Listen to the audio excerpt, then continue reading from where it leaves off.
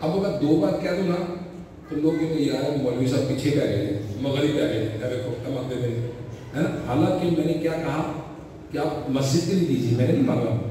اور ایک شخص اپنے لیے مانگ رہا ہے, خود دعوت کو اپنے لیے مانگ رہا ہے, اور وہ معزز آدمی بڑا, بڑے معززین. مجھے چند دن پہلے پتہ چلا کہ ان کی پتہ نہیں 1 کروڑ 2 کروڑ 3 کروڑ کی کمیٹی ہے. وہ کمیٹی ہوٹل میں جا کے کھولتے ہیں, وہ پہلے کھانا کھاتے ہیں, پھر جس کے لیے وہ پیسے پے کرتے ہیں. یہ کس طریقہ ہوا؟ کیوں دیکھو استغفر اللہ. وہ جی آپ کے بیٹا پیدا ہوا دعوت کھلائیں, کس بات کی دعوت؟ ٹھیک ہے بھائی, شریعت نے لاگو تھوڑی کی. ہاں شریعت نے عقیقہ بھی اس کے لیے سنت رکھا ہے, واجب نہیں کیا. کیا وہ بکرا ذبح کرے یا جانور ذبح کرے کہ کوئی صدقہ واجب؟ مجھے بتائیے بچہ پیدا ہونے پر واجب کیا ہے؟ دیکھ پائے گا نہیں, صدقہ کرے گا ثواب ملے گا, بالکل صدقہ ملے گا ثواب, لیکن وہ بھی نفلی رکھا ہے, واجب نہیں رکھا کوئی بھی. ہاں صدقہ فطر جو ہے عید والا, عید آئی کو بچہ پیدا ہوا عید والے دن صبح فجر سے پہلے, فجر کے بعد یا فجر سے پہلے, عید کی نماز سے پہلے, اب صدقہ فطر اس کا واجب ہے. اور صدقہ فطر کتنا آپ کو بتائیے؟ تو لہذا عام طور پر ہمارے معاشرے کے اندر بد اخلاقی کا مظاہرہ کیا جاتا ہے. مفت میں لوگ لوگوں سے سوال کر لیتے ہیں, دعوت کو آؤ گے, اچھا چیز کو آؤ گے, اچھا چیز تو فلانی چیز کو کیوں کرو بھائی, مانگ کے کھائیں گے؟ نہیں میرے پیارے اسلامی بھائیوں, اخلاقیات کا, کردار کا بہترین نمونہ ہونا چاہیے. اللہ ہمیں دینے والا بنائے, یہ والا نہ بنائے. ہمیشہ طبیعت رکھے سخی, طبیعت رکھے دینے والے, ایسے والی طبیعت ہماری ہونی چاہیے. ہاں رب کی بارگاہ میں ایسے کریں, اور ایک ہاتھ سے نہیں کریں, دونوں ہاتھوں سے کریں, اور دونوں ہاتھوں سے نہیں کریں, یہ 2 آنکھوں سے بھی کریں.